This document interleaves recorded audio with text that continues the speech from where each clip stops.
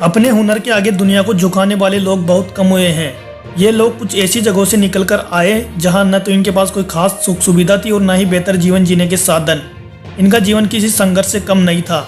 इसी संघर्ष ने इनकी जिंदगी बदल दी। इसी संघर्ष ने इन्हें उन मुश्किलों का सामना करने की हिम्मत दी और फिर इसी की बदौलत ये लोग निरंतर आगे बढ़ते रहे। इन्हीं सफल लोगों में से एक नाम है क्रिकेट के बड़े तेज गेंदबाज शोएब अख्तर का, जिन्हें रावलपिंडी एक्सप्रेस के नाम से भी जाना जाता है। शोएब अख्तर न सिर्फ पाकिस्तान बल्कि वर्ल्ड क्रिकेट के सबसे तेज गेंदबाजों में शुमार है। हालांकि शोएब को यह सफलता इतनी आसानी से नहीं मिली। उनकी इस सफलता के पीछे उनका असीम संघर्ष है, जिसकी बदौलत दुनिया में उनका नाम हुआ। यकीन मानिए, शोएब का जीवन कई तरह के उतार चढ़ाव से गुजरा।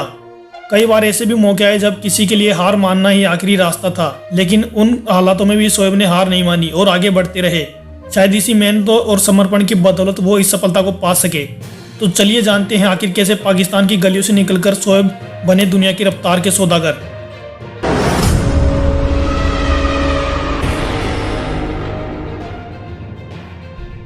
शोएब अख्तर का जन्म 13 अगस्त 1975 को रावलपिंडी में हुआ था। उनके पिता मोहम्मद अख्तर गुज्जर समुदाय के बीच रहा करते थे। मोहम्मद एक सीधे साधे अल्लाह से डरने वाले बंदे थे। अपने परिवार का गुजारा वे एक अटोक ऑयल रिफाइनरी के पेट्रोल स्टेशन में नाइट वॉचमैन की नौकरी करते थे। अख्तर की मां हमीदा की शादी कच्ची उम्र में हो गई थी। जब शोएब के सबसे बड़े भाई आफरीदी का जन्म हुआ तब उनकी मां टीनेज में थी। शोएब के 3 बड़े भाई और एक छोटी बहन है। शोएब अख्तर ने अपने नाम के पीछे छुपे इतिहास का खुलासा अपनी ऑटोबायोग्राफी में किया। उनसे ठीक पहले उनकी मां हमीदा ने अपने चौथे बेटे को जन्म दिया था। हमीदा ने अपने चौथे बेटे का नाम शोएब रखा था, लेकिन बीमारी के कारण अपना दूसरा जन्मदिन मनाने से पहले उनका देहांत हो गया। अख्तर की मां को शोएब नाम बहुत प्यारा था। जब पाकिस्तान की स्वतंत्रता दिवस से महज एक दिन पहले अख्तर पैदा हुए तो उनकी मां ने उनका नाम मरहूम भाई के नाम पर ही रख दिया। अरबी में शोएब का अर्थ होता है विवाद। अरबी में इसका अर्थ होता है वह इंसान जो सभी को साथ लेकर चले। साथ ही इसका मतलब ये भी होता है जो कुछ लोगों को समाज से अलग कर दे। अख्तर के परिवार की आर्थिक स्थिति कुछ खास नहीं थी। रावलपिंडी के जादी मोहल्ले में रहने वाले अख्तर का परिवार केवल एक कमरे के घर में गुजारा करता था। जब शोएब महज 4 साल के थे तब तेज बारिश के कारण उनके घर की छत गिर गई थी। घर के सभी लोग परेशान थे। वे हर छोटी चीज को इकट्ठा कर टूटी छत को बनाने की कोशिश कर रहे थे। चूंकि शोएब सबसे छोटे थे इसलिए उन्हें घर के बाहर बारिश में बैठा दिया गया ताकि वे सुधार के काम में बाधा न डाल सके। ऐसे गाढ़े दिन देखने वाले अख्तर ने क्रिकेट की दुनिया में अपनी सबसे अलग शख्सियत बनाई। आज भी अपने परिवार को हर ऐशो आराम देने के काबिल है। शोएब अख्तर फ्लैट फुट के साथ पैदा हुए थे। पैरों की सपाट बनावट के कारण वे सीधे खड़े नहीं हो पाते थे, लेकिन उनकी अम्मी की चिंता कुछ और ही थी। महज 3 साल की उम्र में अख्तर को काली खांसी जैसे जानलेवा रोग ने घेर लिया था। वर्तमान में तो इस बीमारी के लिए वैक्सीन मौजूद है, लेकिन तब मेडिकल सुविधा इतनी एडवांस नहीं थी। अख्तर की मां मीलों चलकर उन्हें अपनी गोद में इलाज के लिए सेंट्रल हॉस्पिटल लेकर जाती थी। शोएब के नाना हमीदा को बोल चुके थे कि शोएब के बचने की कोई उम्मीद नहीं है और इलाज पर खर्च करने की जगह जनाजे की तैयारी की जाए, लेकिन अख्तर की मां ने उम्मीद नहीं छोड़ी और उन्हें पूरा फिट कर ही दम लिया। डॉक्टरों का मानना था कि शोएब ठीक तो हो गए हैं, लेकिन उनके फेफड़े हमेशा के लिए कमजोर हो चुके हैं। अख्तर के शरीर ने डॉक्टर के इस दावे को खारिज कर दिया। उस बीमारी के कारण अख्तर के फेफड़ों का साइज बढ़ गया। इसी कारण उनमें सामान्य बच्चों से ज़्यादा एनर्जी रहती थी। अख्तर ने अपनी बायोग्राफी में अपने बचपन की कई बातें बताई है। वे फ्लैट फुट जरूर थे, लेकिन जब वे काली खांसी की बीमारी से ठीक हुए तो वो चलने की जगह सीधे दौड़ने लगे। उनके पैर कभी एक जगह पर नहीं टिकते थे। वे लगातार दौड़ते रहते थे, कभी मोहल्ले में तो कभी पड़ोस में, हर जगह रेस लगाते रहते थे। शोएब की मां हमीदा कभी स्कूल नहीं गई, लेकिन उन्होंने अपने बच्चों को इंग्लिश मीडियम में शिक्षा दिलवाई। यह उनकी मेहनत थी कि अख्तर भी पढ़ाई में आगे रहे। एक बार उनके टीचर ने उनसे खड़े होकर डांस करने को कहा। अपने टीचर का आदेश मानते हुए उन्होंने तुरंत मिथुन चक्रवर्ती स्टाइल में डांस करना शुरू कर दिया। उसमें पाकिस्तान में डिस्को डांसर फिल्म काफ़ी हिट रही थी। अख्तर भी मिथुन दा की स्टाइल के दीवाने थे। शोएब अख्तर के परिवार के सबसे छोटे बेटे थे। जब वे कभी कुछ गलत काम करते तो अब्बू के साथ उनके 3 बड़े भाई भी उनकी खबर लेते थे। घर से देर आना या शरारत करना, इन सब बातों के लिए चारों मिलकर उनकी पिटाई लगाते थे।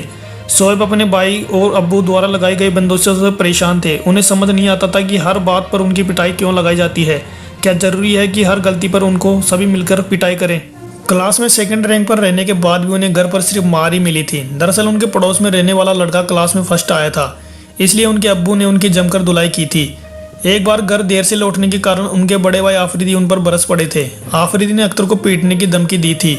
फिर से ऐसी फटकार सुनकर अख्तर जल्ला गए। उसी रात उन्होंने घर छोड़ने का फैसला कर लिया।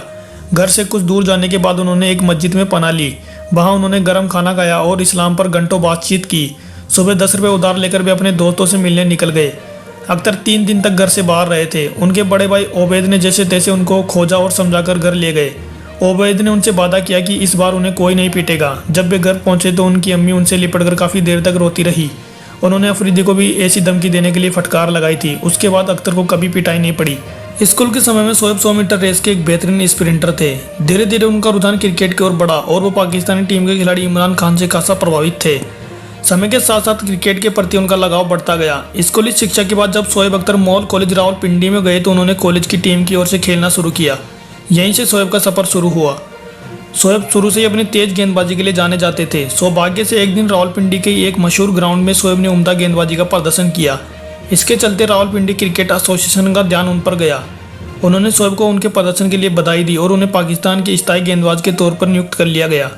यह मौका शोएब के जीवन का सबसे बड़ा और अहम था। इस मौके से शोएब की पाकिस्तानी टीम में एंट्री हुई।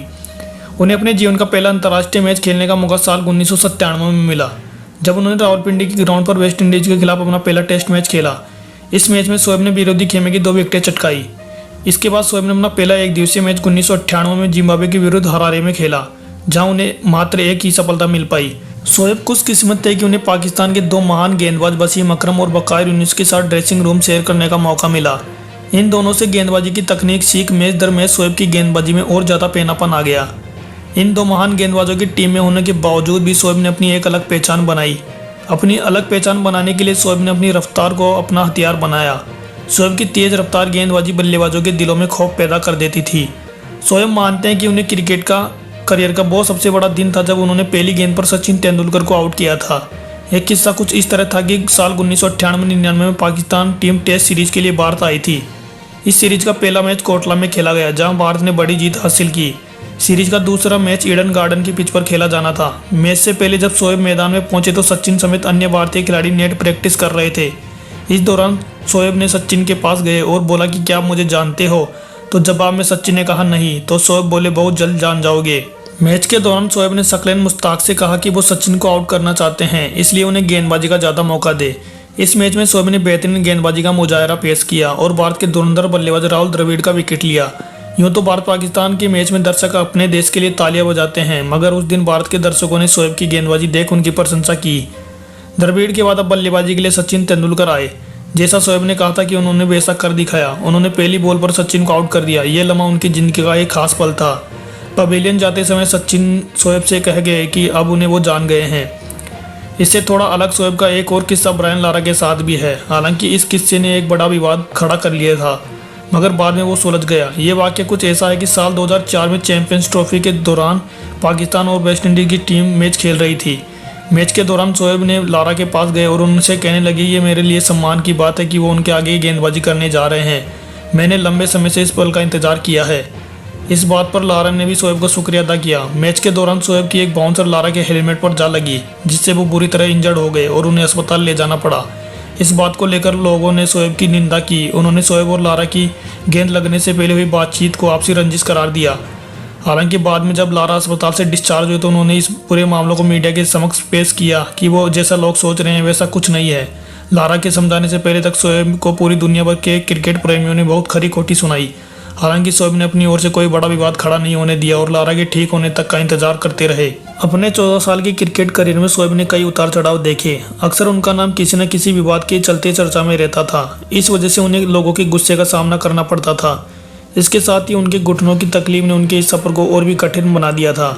ये समस्या उनके पूरे करियर में उनके साथ रही। अक्सर इसकी वजह से उन्हें इंजरीज हो जाती थी, लेकिन इस परेशानी को दरकिनार करते हुए शोएब हमेशा क्रिकेट के प्रति समर्पित रहे। उन्होंने हर बार अपने ऊपर उठती उंगलियों को अपनी गेंदबाजी के हुनर के सामने झुका दिया। उन्होंने दुनिया को तब चौंकाया जब उन्हें क्रिकेट में सबसे तेज गेंद डालने का रिकॉर्ड अपने नाम किया।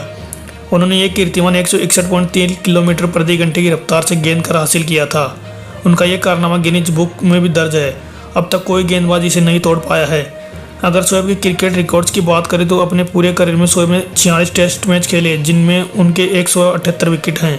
एक दिवसीय मैचों की बात करें तो शोएब ने 163 मैच खेलकर 247 विकेटें ली। शोएब उन लोगों के लिए प्रेरणा स्रोत है जो गेंदबाज बनने का सपना देखते हैं। तेज गेंदबाजी के मामले में शोएब की बराबरी कोई नहीं कर सकता। शोएब अख्तर ने 2014 में रुबाब खान से शादी की और उनका एक लड़का भी है। तो दोस्तों, शोएब अख्तर से जुड़ी ये जानकारी अगर आपको पसंद आई तो इस वीडियो को लाइक कर दें और हमारे चैनल को सब्सक्राइब कर दें।